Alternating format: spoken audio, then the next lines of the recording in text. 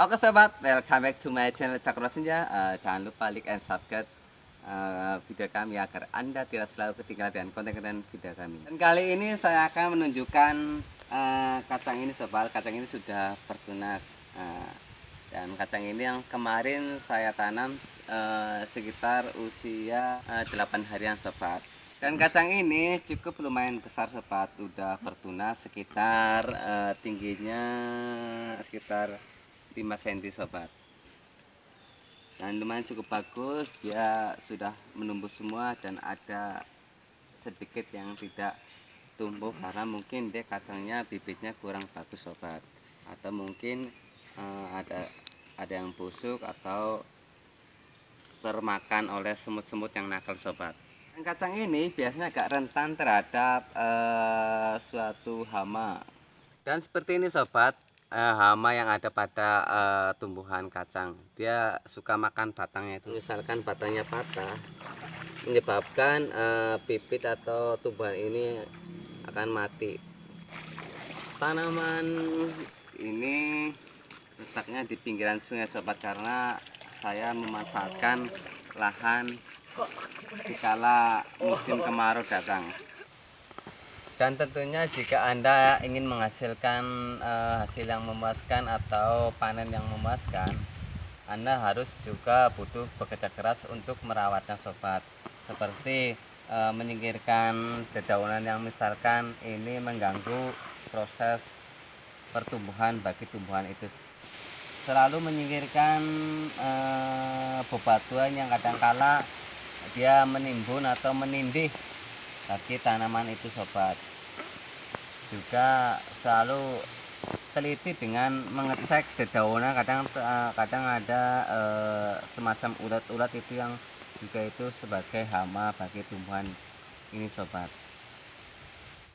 Dan kita harus mengeceknya seluruh lahan yang kita tanam sobat. Mari kita sobat, kalau di daerah sini mungkin tidak cukup karena sudah saya lihat sudah nggak ada bebatuan atau dedaunan yang menimbun bagi atau menghalangi bagi tumbuhan itu tumbuh sobat. Sebelah sini mungkin sudah cukup bagus.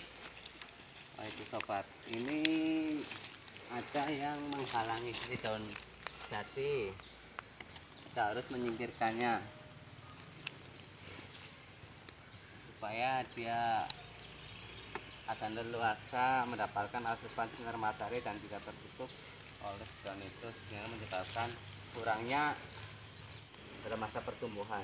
Dan perlu diingatkan sobat, di dalam kita proses menanam kita harus di lahan yang tidak tertutup oleh dedaunan atau pohon-pohon yang menutupi lahan tersebut. Contohnya ini sobat, ini langsung mengarah ke itu tanpa ada halangan rintangan yang menutupi lahan ini sobat.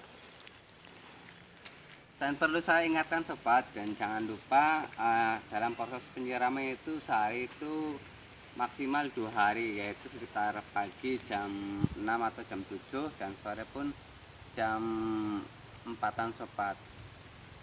Jikapun misalkan dalam tanaman itu udah cukup basah, kita tidak usah menyirami kembali sobat, karena kalau misalkan terlalu banyak kadar air pada tanaman itu, dia akan menyebabkan kebusukan pada tanaman itu sobat.